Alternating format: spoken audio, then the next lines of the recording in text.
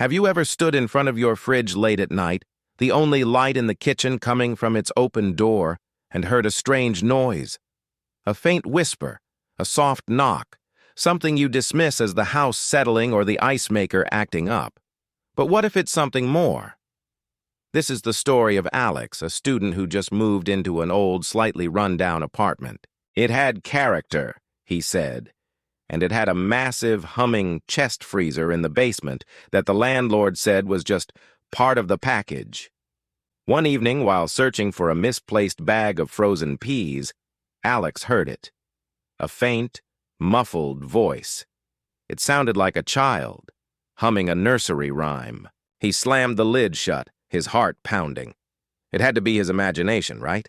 The old pipes, the wind outside. Over the next few days, it got worse.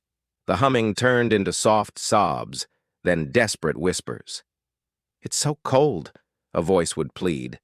"Let me out." Alex was terrified. He stopped going into the basement altogether. He tried to tell his friends, but they just laughed, telling him he was studying too hard. But the voices were real, weren't they? They seeped into his dreams, chilling him to the bone. One night, a power outage silenced the entire building. The constant hum of the freezer was gone. In the unnerving quiet, a new sound emerged from the basement. A slow, rhythmic scratching from inside the freezer.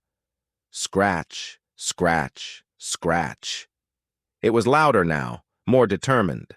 Alex, armed with a flashlight and a heavy wrench, knew he couldn't ignore it any longer. He had to see what was inside. He crept down the stairs, the beam of his flashlight cutting through the darkness. The scratching stopped.